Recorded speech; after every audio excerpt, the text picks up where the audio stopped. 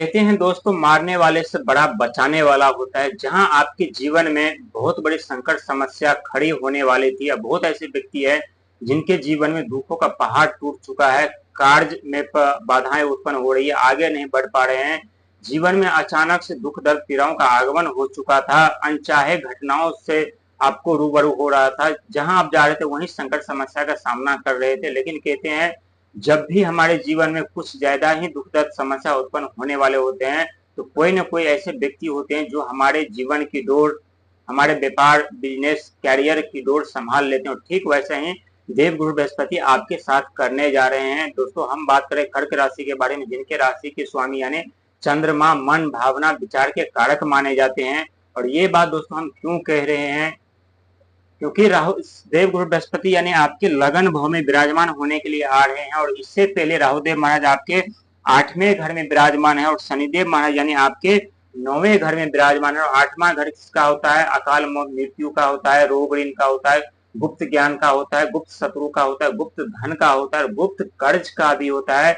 जहां आप पिछले कई दिनों से, कई महीनों से गुप्त तरीके से कर्जे के दलदल में फंसते जा रहे थे, गुप्त शत्रु उत्पन्न हो रहा था, जीवन में बार बार अनचाहे परिणाम भुगतने को मिल रहा था। ऐसे ऐसे दृश्य सामने आ रहा था जो कभी आप अपने वास्तविक जीवन में सोचे भी नहीं थे कि इतना बड़ा दुख दर्द पीड़ाओं का सामना हमें करना पड़ सकता है। जो हमारा था वही गुप्त शत्रु बन करके हमारे समक्ष सामने प्रकट हो जाएंगे, और ये सच साबित हो रहा था। लेकिन दोस्तों, चिंता करने की जरूरत नहीं है। एक तरफ यहाँ जहाँ राहु महाराज आपके जीवन में बाधाएं उत्पन्न कर रहे थे, उलझने उत्पन्न कर रहे थे, कार्य में रुकावट उत्पन्न कर रहे थे, आगे नहीं बढ़ने दे पाए, धन का आगमन था उसे रोक दिया था, वही चंद्रमा जो मन भावना विचार के कारक माने जाते हैं, और राहु को वरदान मिला हुआ है चंद्रमा और सूरज को ग्रहण करने का, और आपके बुद्धि विचार विवेक को वही राहु महाराज 8वें घर में आकर के उन्हें ग्रहण कर चुके, ग्रसित कर चुके थे। जहां आपके बुद्धि विचार विवेक सही से कार्य नहीं कर पाते, सही से आप निर्णय नहीं ले पा रहे थे, सही तरीके आप सोच नहीं पा रहे थे। लेकिन दोस्तों, वहीं 9वें घर पे यानी शनि महाराज की दृष्टि, जो कि शनि 9वां घर होता है किसका? भागदौड़ का होता है, यात्रा का होता है, धर्म का होता है, भक्ति का होता है।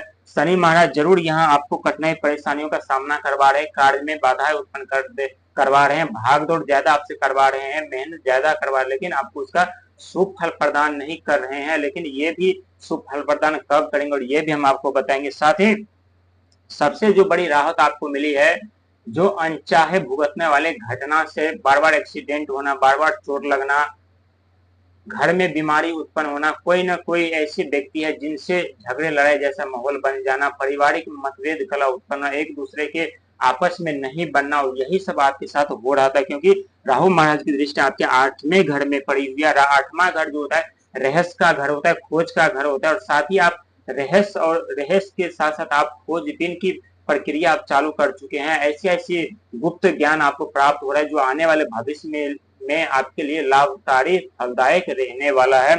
और साथ ही जो चौथा घर में जो देवगुरु बृहस्पति की दृष्टि बनी हुई है, ये 2 महीना तक इस घर में आपको सुख समृद्धि और सफलता दिलाने के लिए यहाँ पर आए हैं, और इसके बाद फिर से वापिस हो यानी मिथुन राशि में चले जाएंगे। और मिथुन राशि में जाने के बाद फिर से 6 महीना बाद यानी आपके राशि में आकर के विराजमान हो जाएंगे। समझ लीजिए 2026 और 2027 किसी वरदान से कम साबित नहीं होने वाला है आपके लिए। आपके भाव और भविष्य दोनों बदल जाने वाले हैं, और ये दोस्तों 100% सच साबित होगा।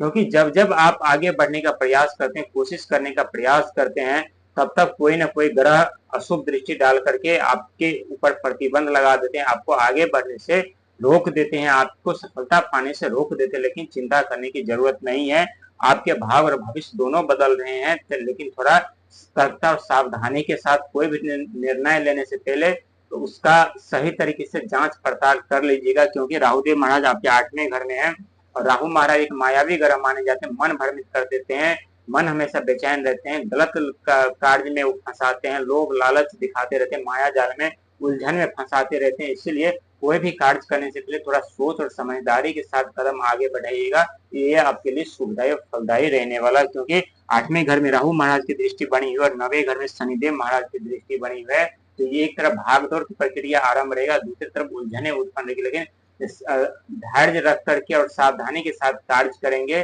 सफलता ज़रूर आपको मिलेगा और ये 100% सच साबित हुआ क्योंकि देवगुरु बृहस्पति की दृष्टि आपके चौथे घर पे